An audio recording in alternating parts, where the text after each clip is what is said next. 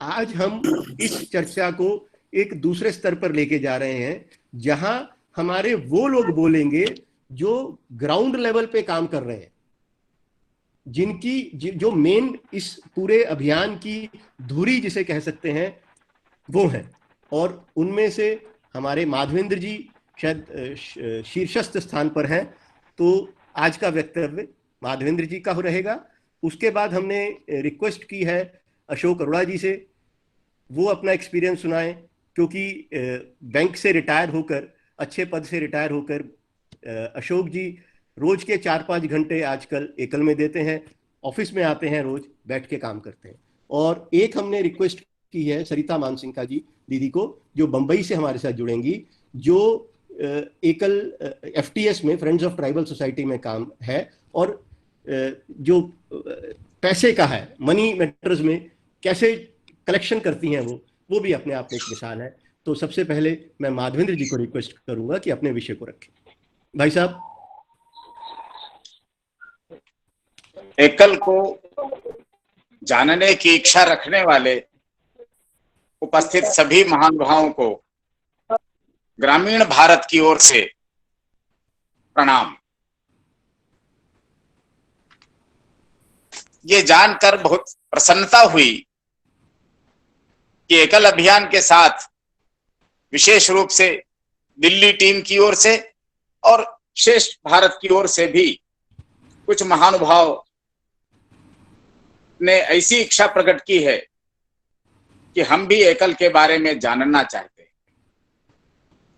एक समाज सेवी अभियान के लिए निश्चित रूप से ये बहुत संतोष का विषय है कि आज हम इस पड़ाव पर पहुंच सके हैं।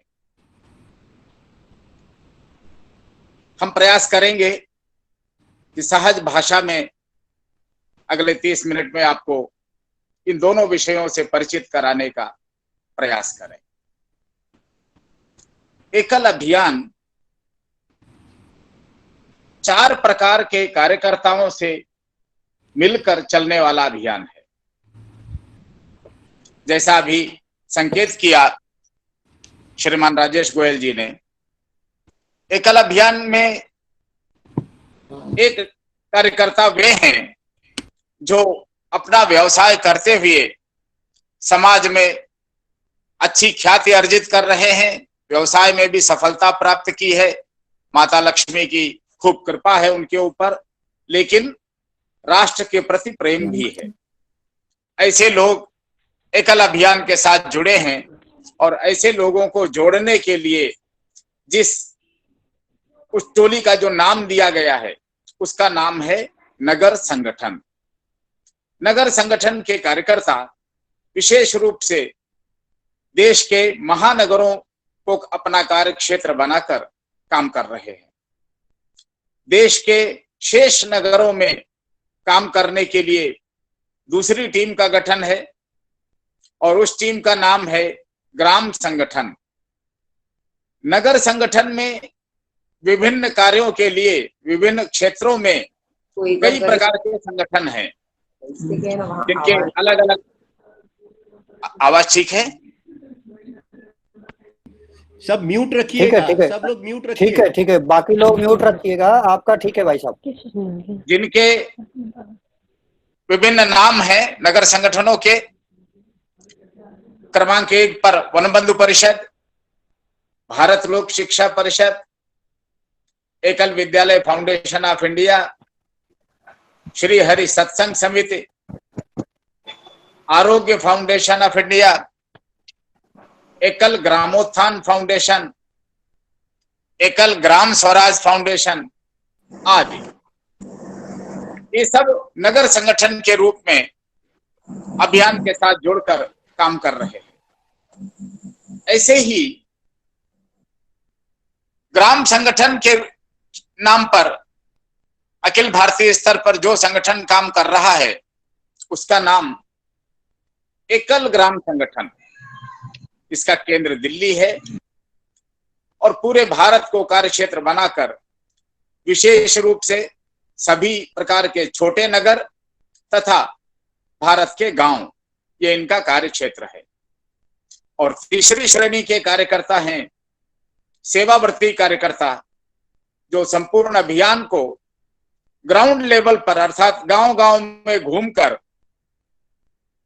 गांव की टोली को प्रशिक्षित करने का प्रयास करते हैं और दैनंदिन कार्यों को सुपरवाइज करने का प्रयास करते हैं। चौथी श्रेणी में वे कार्यकर्ता हैं जो सीधे गांव में रहकर काम करते हैं, अर्थात अपने गांव में रहना है और अपने गांव में ही काम करना है। तो इन चारों श्रेणी के कार्यकर्ताओं को मिलाकर यह अभियान चल रहा है। अगर इन चारों में से कोई प्रश्न करे कि हम किसके कार्यकर्ता हैं या ये अभियान किसका है, कल्पना करिए ऐसी कोई सिचुएशन बन जाए, ये अभियान किसका है, चारों श्रेणी के कार्यकर्ता क्लेम करना शुरू कर दें कि अभियान हमारा है। ऐसी स्थिति से बचने के लिए ही अभियान के वरिष्ठ जनों ने बहुत पहले विचार पूर्वक एक संस्था का गठन किया जिसका नाम है एकल अभियान ट्रस्ट, जो इन सब संगठनों को जोड़कर अम्ब्रेला ऑर्गेनाइजेशन के रूप में केंद्र से सबको संरक्षण प्रदान करती है और अपने कामों के द्वारा अभियान के सब संगठनों के लिए, सब योजनाओं के लिए नीति निर्धारण करने का काम करती है। एकल अभियान के नीचे 3 प्रकार की टोलियां हो गई। नंबर 1 नगर संगठन, नंबर 2 ग्राम संगठन, और एकल अभियान ने इन सबको मिलाकर अपने हैंड्स के रूप में अपने द्वारा लिए गए निर्णयों के क्रियान्वयन के लिए केंद्रीय कार्यकारिणी इस नाम से एक सेंट्रल एग्जीक्यूटिव कमेटी का गठन किया हुआ है, जिसके नीचे हर यूनिट में एक अभियान समिति सब प्रकार के प्रशासनिक दायित्व निभाने के लिए काम करती है। इस प्रकार पूरे देश का ढांचा गांव से लेकर केंद्र तक क्रमशः संचालित होता रहता है। अभियान समितियों में इन तीनों श्रेणी के कार्यकर्ताओं का प्रतिनिधित्व रहता है, अर्थात नगर संगठन के प्रतिनिधि होते हैं, ग्राम संगठन के प्रतिनिधि होते हैं और सेवाव्रती कार्यकर्ताओं में से कुछ प्रतिनिधि रहते हैं।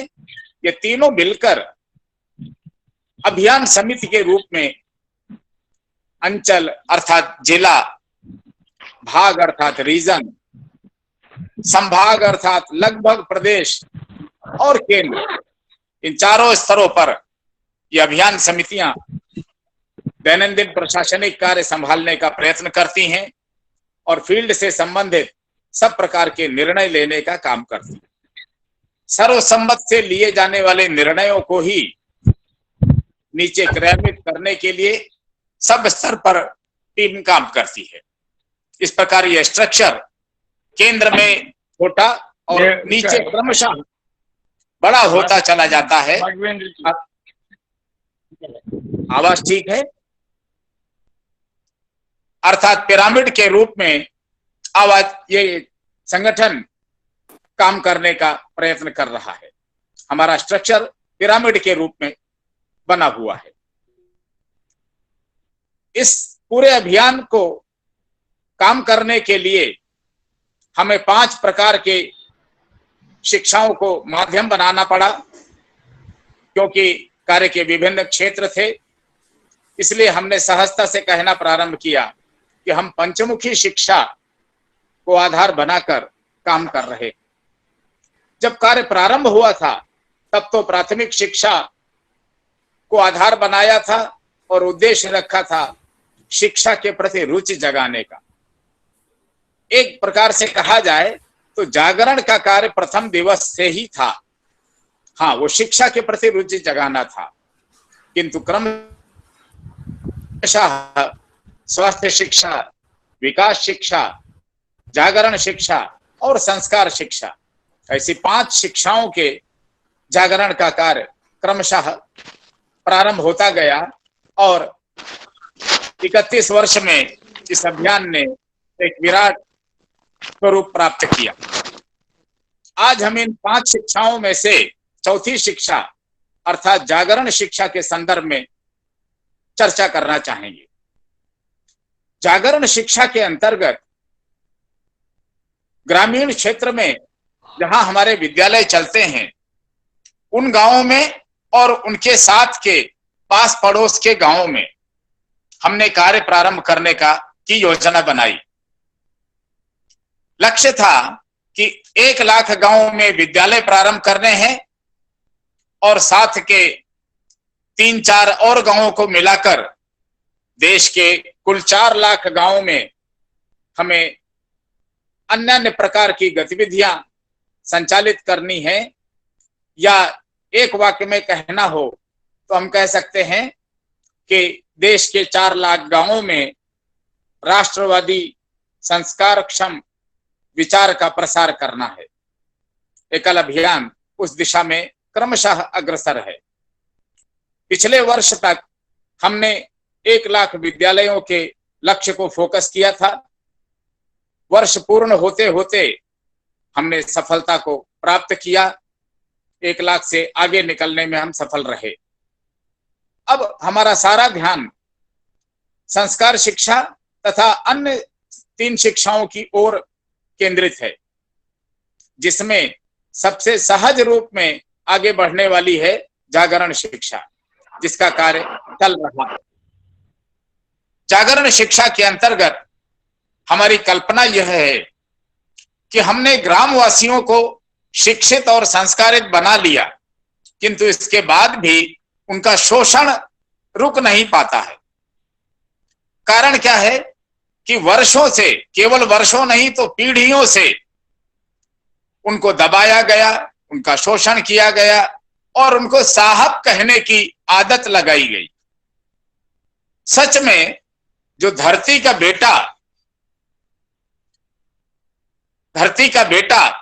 धरती के मालिक के रूप में इस देश में आया था, आज भी वो धरती का मालिक है, लेकिन इस देश की नौकरशाही और इस देश के राजनीतिज्ञों ने उसको नौकर बनाकर छोड़ दिया।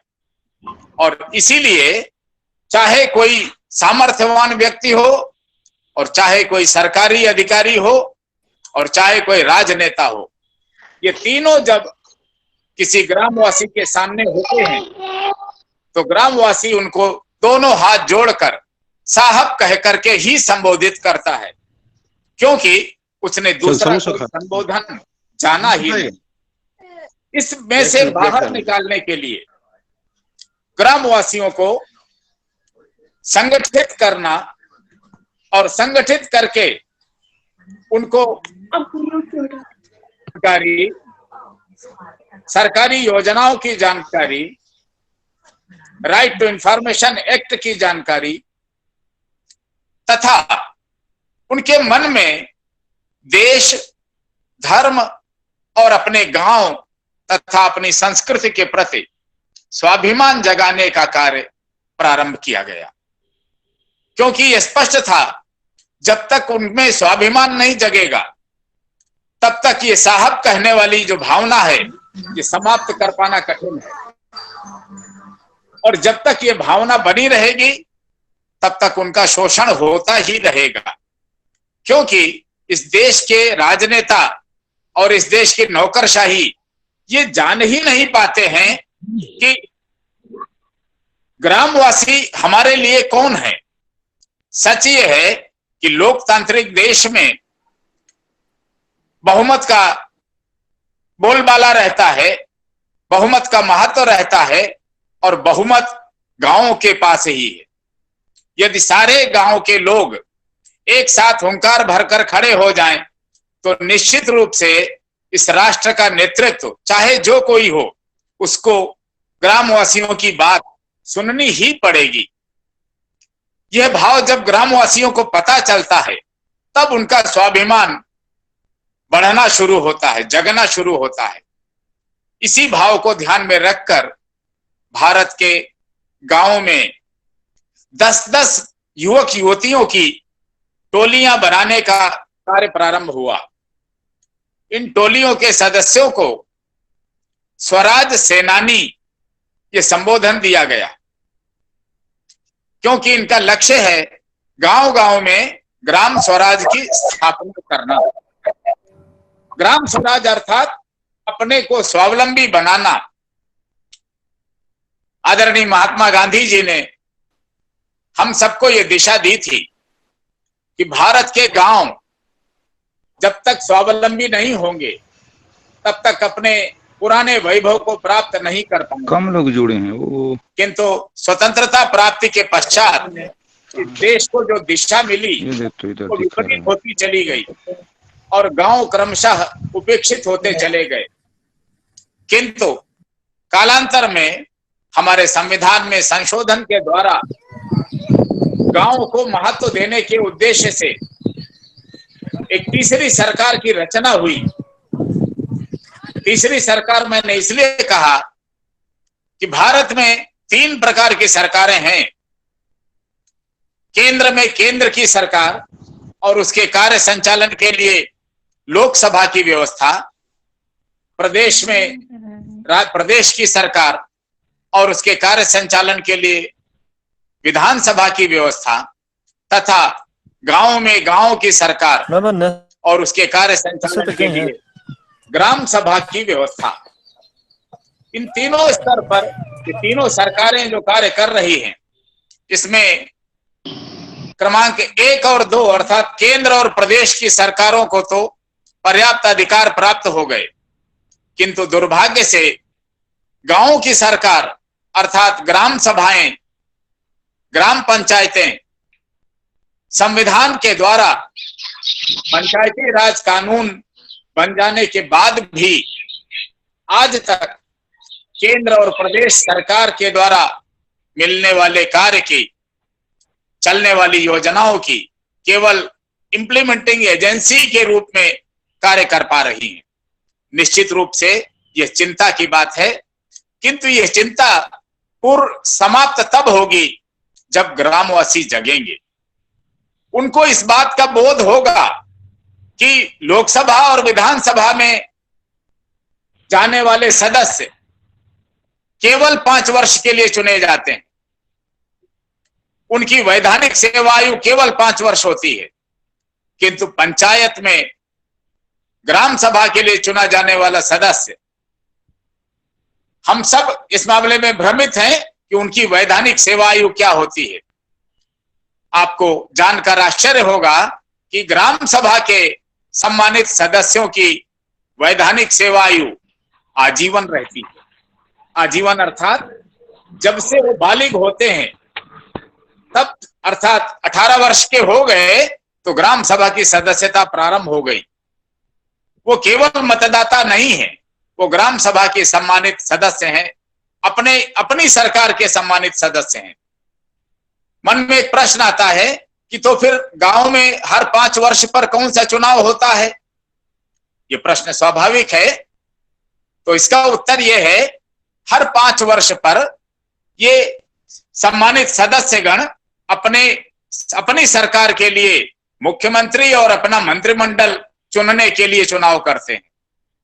गांव में सरपंच या प्रधान के रूप में उनकी सरकार का मुखिया चुना जाता है और उसके साथ ही वार्ड मेंबर के रूप में उनके मंत्रिमंडल के सम्मानित सदस्यगण चुने जाते हैं और फिर 5 वर्ष ये सरकार काम करती है।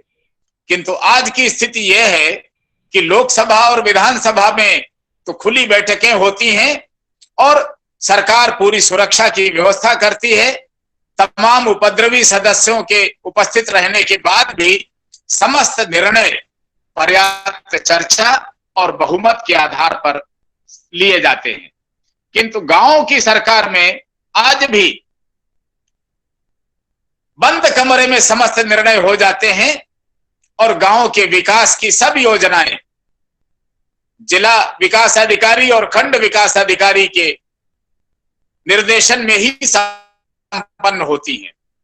ग्राम स्वराज योजना के माध्यम से हमने वर्तमान में इनमें से 3 कामों को प्राथमिकता के आधार पर उठाया है।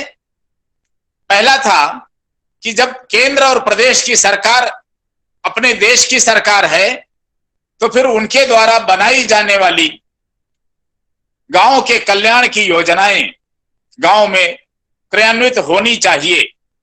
और इसी के लिए सैन्य भाव से काम करने की इच्छा शक्ति वाले स्वराज सेनानियों का चयन किया जा रहा है कि अपने गांव का विकास हम स्वयं करवाएंगे। और साथ ही एक शर्त है कि किसी प्रकार का सुविधा शुल्क हम किसी सरकारी अधिकारी को दिए बिना अपने गांव का विकास करवाएंगे। हमारे गांव के लिए केंद्र और प्रदेश की सरकारों ने जितने बजट का प्रावधान किया है और जिन योजनाओं का नियोजन किया है, उन सब का लाभ हम अपने ग्रामवासियों को दिलवाएंगे ही। इस भाव के साथ स्वराज सेनानियों ने पहला काम प्रारंभ किया। साथ ही दूसरा कार्य जुड़ा हुआ है मतदाता के जागरण का, अर्थात मतदाता को अपनी मतदाता सूची में अपना नाम दर्ज करवाना, समय से पहचान पत्र बनवाना, साथ ही आधार कार्ड बनवाना। इन 3 कामों की ओर गांव के प्रत्येक मतदाता को सचेत करने का प्रयास ग्राम स्वराज योजना के कार्यकर्ता कर रहे हैं। और पिछले लगभग 10 वर्षों से देश के ग्रामीण क्षेत्र को राष्ट्रवाद की दृष्टि से जागरूक करने में ग्राम स्वराज योजना के कार्यकर्ताओं ने महत्वपूर्ण सफलता प्राप्त की है। अनेक जगह सरकार के द्वारा भी सम्मानित होने का अवसर भी प्राप्त हुआ है हमारे कार्यकर्ताओं को। इस कारण से क्रमशः इन ग्रामीण कार्यकर्ताओं का मनोबल बढ़ता चल रहा है। और उसी का परिणाम है कि जब कोरोना जैसी महामारी देश के सामने आई, तो उस महामारी में अपने गांवों को सुरक्षित रखने के उद्देश्य से इन स्वराज सेनानियों ने महत्वपूर्ण भूमिका निभाई और काम को ठीक प्रकार से संभाला, जिसके परिणाम स्वरूप हम एकल अभियान के संपर्क वाले लगभग सभी गांवों को, उत्तर प्रदेश में, पश्चिम उत्तर प्रदेश में 2 गांव संक्रमित हुए थे जहां मस्जिदें बनी हुई हैं और जहां जमायती पहुंचे थे, उन 2 गांवों को छोड़कर शेष हम सभी गांवों को बचाने में, सुरक्षित रखने में सफल हो पाए हैं। इस बात का हमारी पूरी टोली को संतोष है। और कालांतर में हम गांव के इन नागरिकों को, जिनको स्वराज सेनानी का संबोधन दिया है, हमने आश्वस्त किया है कि आप आज परिश्रम पूर्वक, निष्ठा पूर्वक अपने गांव के विकास का काम करने का प्रयत्न करिए। अपने गांव में ग्राम स्वराज स्थापित करने हेतु संघर्ष कीजिए। संगठन आपको वचन देता है कि आने वाले समय में जैसे भारत में स्वतंत्रता संग्राम सेनानियों को सम्मान मिल रहा है, ऐसे ही यह राष्ट्र तुमको भी ग्राम स्वराज सेनानी के रूप में सम्मान की दृष्टि से देखेगा। यह बात ग्रामवासियों को बहुत अच्छी प्रकार से समझ में भी आती है और रुचिकर भी लगती है, क्योंकि सम्मान के सभी भूखे हैं। प्रेम और सम्मान का ही वास्तव में ग्रामीण क्षेत्र में बड़ा अभाव है। इस अभाव को पूर्ण करने के उद्देश्य से स्वराज सेनानियों के माध्यम से पूरे देश के तमाम नगर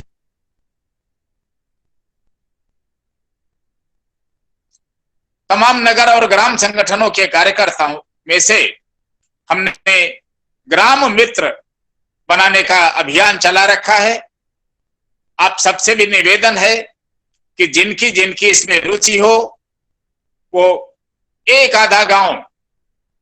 गांव भी अडॉप्ट करेंगे मित्र के रूप में, तो निश्चित रूप से भारत माता के प्रति उनके कर्तव्य निर्वहन की एक सीढ़ी पूरी हो जाएगी।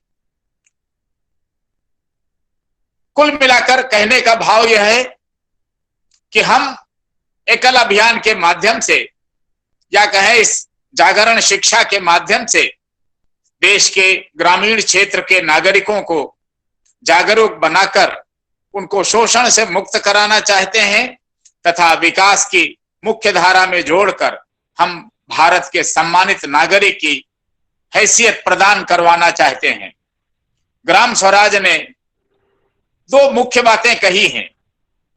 पहली बात, हम ग्रामवासी के दर्द को स्वर देना चाहते हैं, अर्थात भारत के सुदूर क्षेत्र में स्थित छोटे से गांव के किसी ग्रामवासी के साथ अत्याचार हो तो भारत की सरकार उसकी आवाज को सुनने के लिए बाध्य हो और उसको शोषण से मुक्त कराने के लिए सतर्क रहे। इस निमित्त हम ग्रामवासी के दर्द को स्वर देना चाहते हैं, अर्थात उनकी आवाज ऊंची करना चाहते हैं। और आवाज ऊंची करने का बहुत सफल माध्यम है ग्रामीण क्षेत्र में उनको संगठित करना और एक एक गांव को सक्षम नगरवासियों के साथ जोड़ देना। जब प्रत्येक गांव को किसी न किसी नगरवासी का संरक्षण प्राप्त हो जाएगा तो निश्चित रूप से गांववासी के दर्द को स्वर मिल ही जाएगा, अर्थात नगरों में उनको संरक्षण प्राप्त ही हो जाएगा।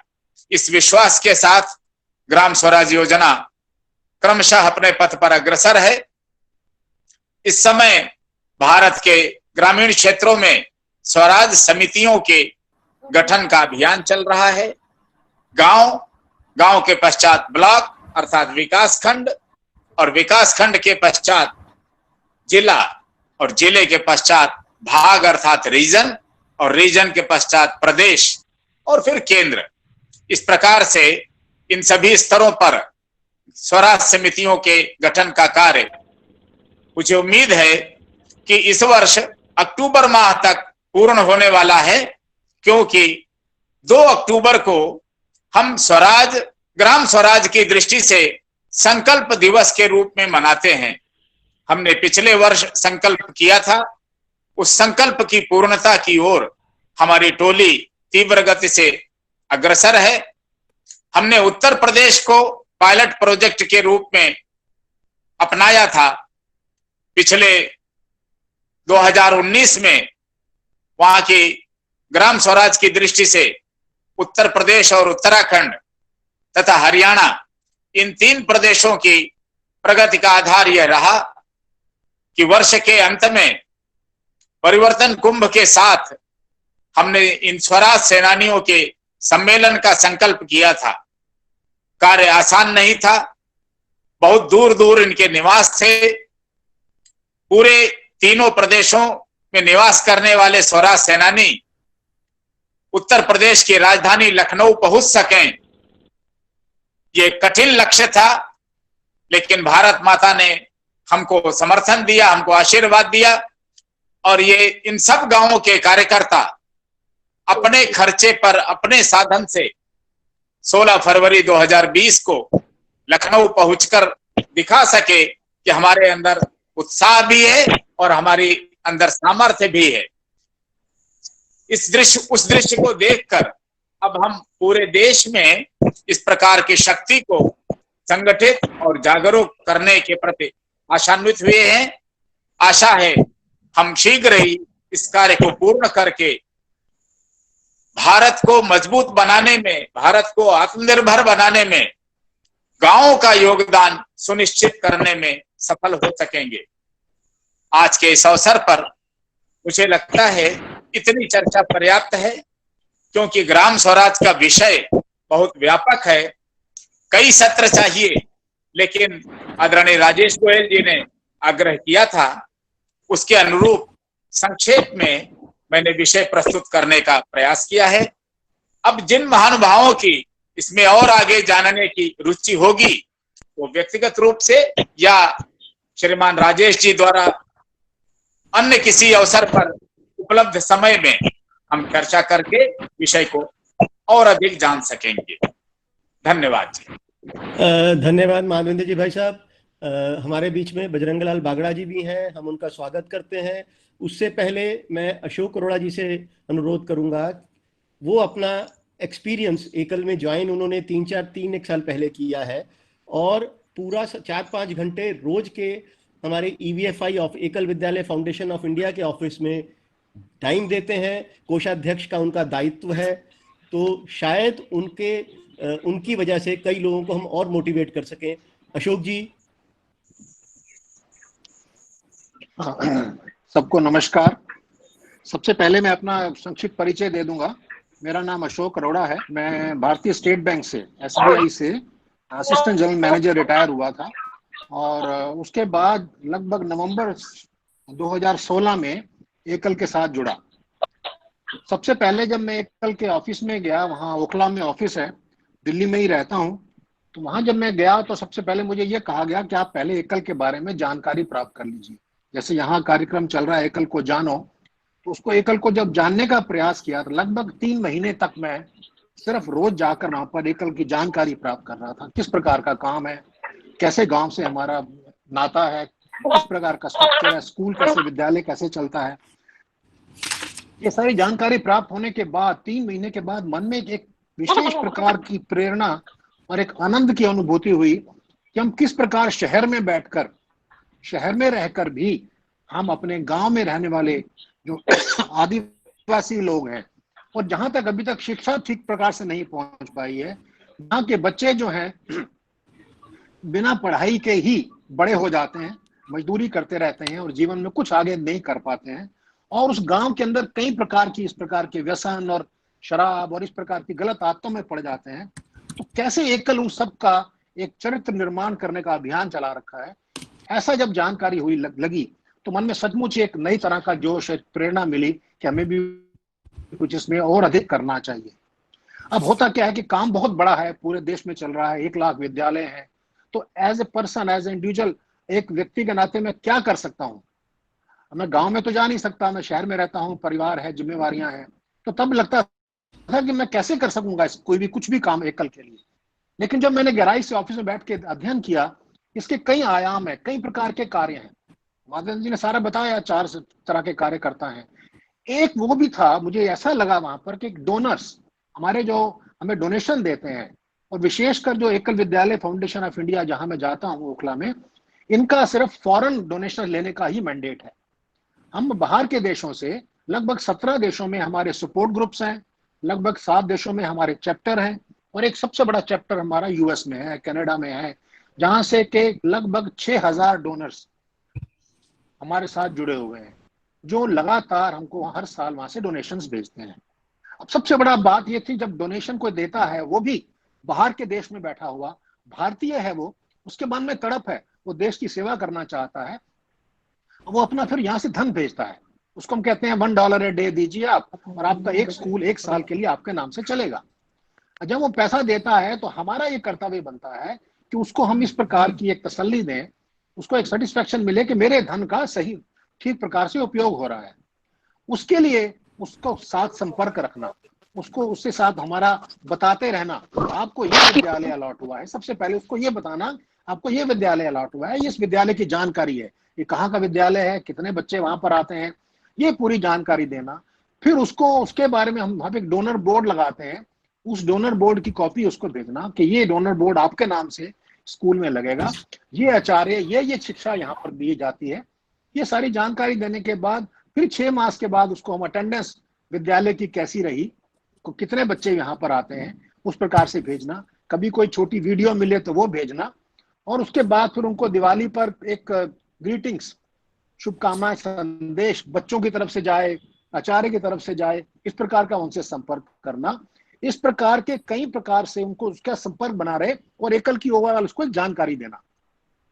ये संपर्क बनाना एक बहुत बड़ा चैलेंज था। अब गांव से लेकर समस्या ये है कि गांव से कुछ भी इंफॉर्मेशन लेकर और फॉरेन कंट्री में US तक पहुंचाना एक बहुत बड़ा कार्य है।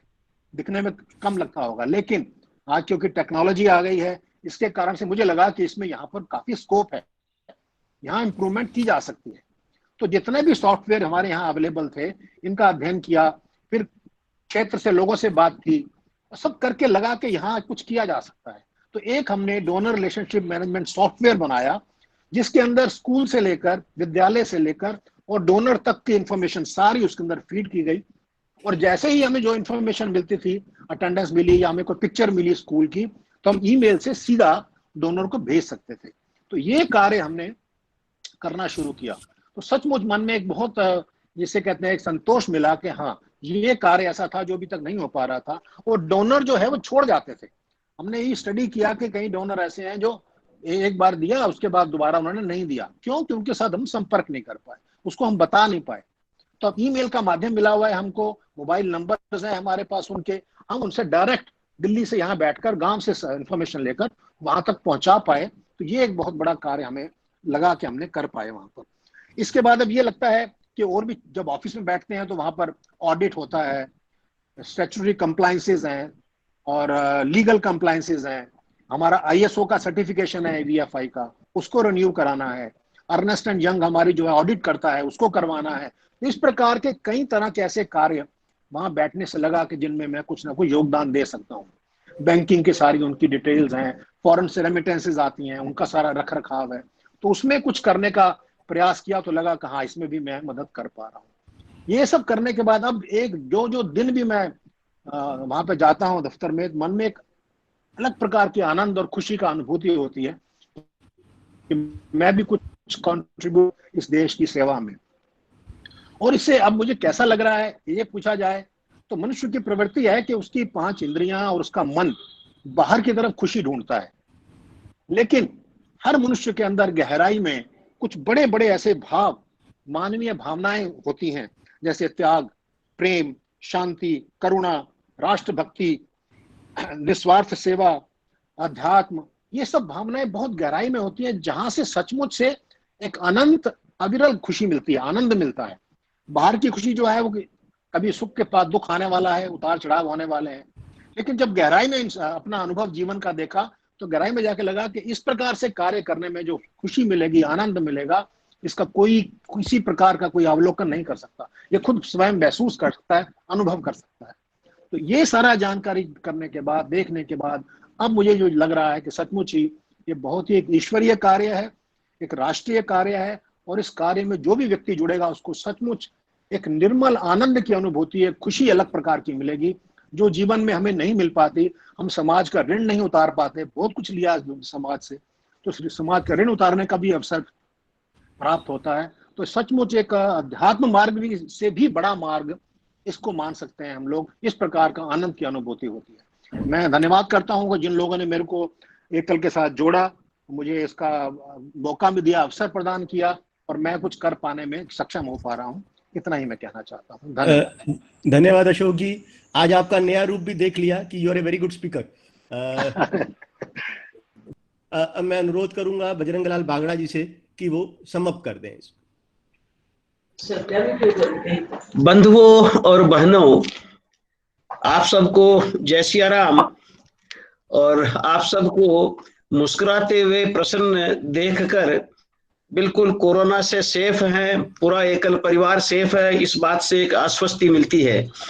ईश्वर का आशीर्वाद है कि आप सब लोग, ईश्वर के आशीर्वाद से हम सब लोग कुशल हैं। लेकिन ईश्वर ने हम सबको इस कोरोना से एक निमित्त के लिए बचाया है। अपने खुद का, अपने परिवार का, अपने समाज के साथ साथ में राष्ट्र का भी हमको भरण पोषण करना है। इस निमित्त हमने जो है ईश्वर ने हम सबको इस कोरोना से भी बचाया है और हमको ये सब ये सेवा का भाव भी दिया है।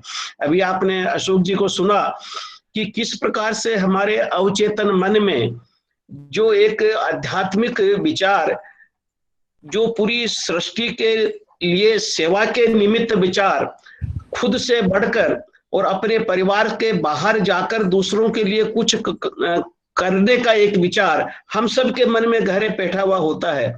कुछ संस्कारों के कारण, कुछ वातावरण के कारण किसी में कम उभरता है, किसी में तेज उभरता है, किसी में जल्दी उभरता है, किसी में लेट उभरता है, लेकिन ये विचार हम सब में है। तो इसी निमित्त हम सब लोग इस यहाँ पर इकट्ठे हुए हैं। हम सब लोग इस भाव से प्रेरित हैं।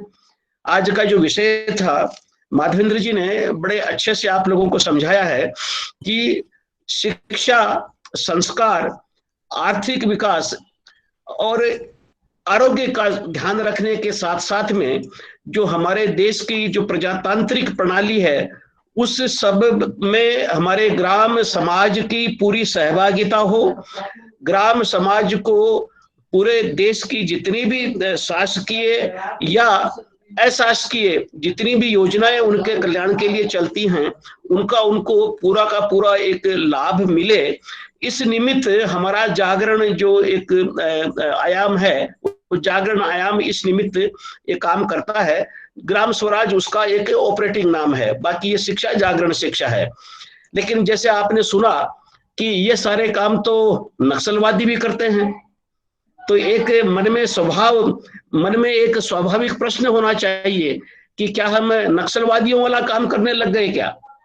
बंधुओं, काम ग्रामीण समाज को जागरूक करने का है अपने प्रजातांत्रिक दायित्वों के प्रति, प्रजातांत्रिक अधिकारों के प्रति।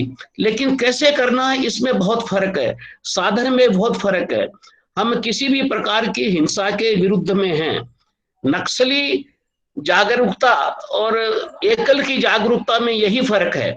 जैसे आपको सबको पता है कि भी एकल का अधिकतर काम बनवासी समाज में है, और बनवासी समाज में ही नक्सलवादी काम करते हैं। तो नक्सलवादी और एकलवादी वो सारे के सारे उसी समाज में एक साथ काम करते हैं। लेकिन हमको अंतर समझना चाहिए। हमारा अंतर है कि हमारी जो कार्य पद्धति है वो प्रेम की है, स्नेह से समझाने की है, भाईचारे की है। आप उसको कह सकते हैं कि वो अध्यात्मवादी प्रवृत्ति है, या कुछ अगर कहें तो कुछ सीमा तक वो गांधीवादी प्रवृत्ति है। हम हिंसा में किसी भी प्रकार का विश्वास नहीं करते। तो यही एक चीज है जो हमको नक्सलवादियों से अलग करती है। और दूसरे, हम हमारी भारतीय संस्कृति के जो गौरवशाली परंपराएं हैं उन सब पर हमको गर्व है। और ऐसे ही हर बनवासी समाज की अपनी स्थानीय परंपराएं होती है। तो बनवासी समाज को अपनी स्थानीय परंपराओं पर हम गौरव करना सिखाते हैं। किसी भी प्रकार से उनके मन में हीन भावना नहीं आए, वो पूरे समाज राष्ट्र के शेष समाज के साथ में जुड़े रहें, स्वाभिमान के साथ में जुड़े रहें। तो ये जो कुछ हमारी जो प्रणाली है वो प्रणाली बिल्कुल एक विशिष्ट प्रणाली है कि भारतीय गौरवशाली संस्कृति की जो हमारी परंपराएं हैं उनके प्रति और अपनी स्थानीय जो उनकी परंपराएं उनके प्रति उनके मन में गौरव का भाव, गर्व का भाव, स्वाभिमान का भाव हम भरते हैं। और ये सब इस पद्धति से आगे बढ़ते हुए उनके साथ एक प्रेम पूर्वक संबंध और उन संबंधों के आधार पर उनमें ऐसी जागरूकता निर्माण करना कि वो हमारे भारत गणतंत्र के लिए एक बहुत ही जिम्मेदार नागरिक भी साबित हो और उसको भारतीय गणतंत्र का पूरा लाभ भी मिले। ये दोनों तरफ की बातें हैं। उसको उसका जो देश समाज के प्रति दायित्व है उसके प्रति भी उसमें चेतना जगाते हैं हम, और साथ में देश समाज के को का पूरा लाभ उनको मिले, प्रजातांत्रिक लाभ भी मिले, आर्थिक लाभ भी मिले, सामाजिक लाभ, सांस्कृतिक लाभ, और हर प्रकार से उनका सम्मान हो। तो इस प्रकार से उनको दायित्व और अधिकार दोनों के बारे में जागरूक करते हैं हम एक संबंधों के आधार पर। तो ये जो हमारा जागरण का जो काम है, ग्राम स्वराज वाला काम है, जिसके कार्यकर्ताओं को हम स्वराज सेनानी बोलते हैं, ये एक प्रकार से आप कह सकते हैं कि विद्यालय चलाना, सत्संग चलाना, कथा, हरि कथा करना, आरोग्य की सेवा करना, जो सेवा के सारे काम है, सेवा और संस्कारों के काम से कहीं आगे जाकर के उनमें स्वाभिमान का भाव भरना है। तो वो हम सब क्यों करते हैं कि उनको शिक्षित कर दिया, आरोग्य का ध्यान रख लिया, उनको संस्कारित भी कर दिया, और उनके अगर कोई खेती बाड़ी, organic farming, skill development, skill की नौकरी की व्यवस्था हो गई, उसके बाद में भी हम सब ये क्यों करते हैं? ये जागरूकता का काम इसलिए जरूरी है कि मनुष्य एक सिर्फ खाना पीना, पढ़ाई लिखाई और कमाई करने वाली इकाई नहीं है। मनुष्य में एक अवचेतन मन में सब में आध्यात्मिकता का स्वरूप है। उस आध्यात्मिक चेतना को जगाकर उनको राष्ट्र के प्रति, समाज के प्रति अपना दायित्व और अपना जो अधिकार है वो लेने की प्रवृत्ति अहिंसक तरीकों से, किसी प्रकार की हिंसा के प्रति न हमारा विश्वास है, न हम उनको प्रेरित करते हैं। तो उनमें यह जागरण का भाव, क्योंकि सबसे बड़ी हमारी समस्या यह है कि भारत एक लीगल रूप से तो राष्ट्र बन गया, लेकिन फिर भी विभिन्न स्तरों पर, कहीं धर्म के नाम पर, जाति के नाम पर, क्षेत्र के नाम पर, भाषा के नाम पर जो विभिन्न प्रकार की विघटनकारी प्रवृत्तियां हैं, उन सब को जोड़कर रखने वाली जो हमारी भारतीय सांस्कृतिक परंपरा है, एक हमारी संस्कृति ऐसी है जो हम सब के बीच में कॉमन है। भाषा कुछ भी हो, जाति कुछ भी हो, हमारी पूजा पद्धति की आस्था कुछ भी हो, लेकिन जो हमारी सांस्कृतिक परंपरा है, वो जो हमारी जो सनातन परंपरा है, वो सिर्फ कोई 2-3 हजार साल वाली नहीं। भारत जब से ये भूमि बनी तब से हमारी जो सनातन परंपरा चली आ रही है वो हम सब की एक है, और उस गौरवशाली परंपरा के आधार पर बंधुत्व का भाव हम सब में विकसित करके हम ये जो विभिन्न प्रकार की विघटनकारी जो फैक्टर्स हैं या विघटनकारी ताकतें हैं या विघटनकारी सोच है, उन सब का मुकाबला करने के लिए उनको प्रेरित करना जरूरी है। अगर ये सब नहीं रहा तो एक शिक्षित, एक स्वस्थ और एक अच्छा कमाई करने वाला नागरिक क्या कर सकता है? अगर वो समाज के प्रति उसमें उस समर्पण का भाव नहीं आया, तो वो हम सब जानते हैं कि एक शिक्षित जो आदमी होता है, अगर उसमें भाव की कमी रही तो वो बड़ा विनाशकारी भी हो सकता है। इसलिए इन सब के साथ साथ में उसमें एक जागरूकता का निर्माण करना हमारा एक बहुत बड़ा काम है, और जागरण हमारा जो आयाम है, ग्राम स्वराज उसका ऑपरेटिंग आर्म है, कार्यकर्ता स्वराज सेनानी हम जिनको कहते हैं, ये हमारा एक बहुत ही महत्वपूर्ण काम है। आपको उसकी थोड़ी आज जानकारी मिली, और हो सकता है कि आप चूंकि सभी लोग फील्ड से जुड़े हुए हैं, आपको इसमें से कई बातें नहीं लगी होंगी, क्योंकि जागरण का काम पूरे देश में सारे अंचलों में अभी एक जैसा नहीं पहुंचा है। कई संभागों में, कई भागों में बड़े अच्छे से काम हो रहा है, लेकिन कई अन्य भागों में, अंचलों में अभी तक ये काम ठीक तरीके से पहुंचा नहीं है। इसलिए आपको कुछ नयापन भी लग सकता है, लेकिन हमारा ये काम है। जैसे हमारा आरोग्य का काम सिर्फ 1200-1300 गाँव में चलता है, विद्यालय 1 लाख गाँव में चलता है, इसलिए आपको आरोग्य के प्रोजेक्ट के बारे में पता चलेगा तो लगेगा ये हमारे यहाँ तो होता ही नहीं। ऐसे ही जागरण का भी विषय है, लेकिन ये हमारा काम है। धीरे धीरे हमको पूरे देश में, पूरे जितने एकल के गांव हैं, 1 लाख गांवों तक इस बात को हमको पहुंचाना है। हम सबको मिलकर के इस दिशा में काम करना है। धन्यवाद। हाँ, अगला जो हमारा कार्यक्रम होगा वो होगा ग्रामोत्थान योजना पर, जो लल्लन जी लेंगे। हमारे डॉक्टर लल्लन कुमार शर्मा हैं जो इस विषय को लेंगे। अब हमारे बीच में आज खेमानंद जी भी हैं, सह अभियान प्रमुख हैं हमारे। तो हमारे कार्यकर्ता भी, जो कार्यकर्ता हैं वो बहुत गुणों के, कई गुणों से उनका नवाजा हुआ है प्रभु ने। तो वो कवि भी हैं। तो एक मुझे उन्होंने कहा कि मैंने कविता लिखी है, तो हमारे पास 4 मिनट है। तो खेमानंद जी। जी भाई साहब। खेमानंद जी भाई साहब जी, आप अपनी कविता कहिए, आप अपनी कविता कहिए। ठीक। जी भाई साहब ठीक है। मैं कविता कोई नई नहीं, मान्य श्याम जी जो रोज रोज लेख लिखते हैं उसी के संबंध में एक कविता उन्होंने लेख लिखी थी, कुरुक्षेत्र। इसके विषय में मैं आप सबको सुनाऊंगा। कुरुक्षेत्र अब सज गया फिर से, माँ भारत की तैयारी है। ओवैसी समर्थक दुर्योधन है, संग अर्जुन धनुधारी है। आज के कुरुक्षेत्र मैदान में भी वही गुरु है, वही शिष्य है। अधर्म विरुद्ध धर्म युद्ध है, वही नजारा वही दृश्य है। कई पढ़े लिखे शहरी नौजवान आज कौरवों के पक्षधर है। देश धर्म संस्कृति विरुद्ध वाणी देखो कितने प्रखर है। तथा कथित आधुनिकता ने इनको क्या से क्या बना दिया। अंग्रेजी शिक्षा के ने इनके हाथ में देश विरुद्ध कलम थमा दिया। उनके पास सोशल मीडिया कुरुक्षेत्र है, जिनमें ट्विटर है, फेसबुक और इंस्टाग्राम है। हमारे पास वनवासी ग्रामीण भारत है, पंचमुखी शिक्षा युक्त एकल ग्राम है।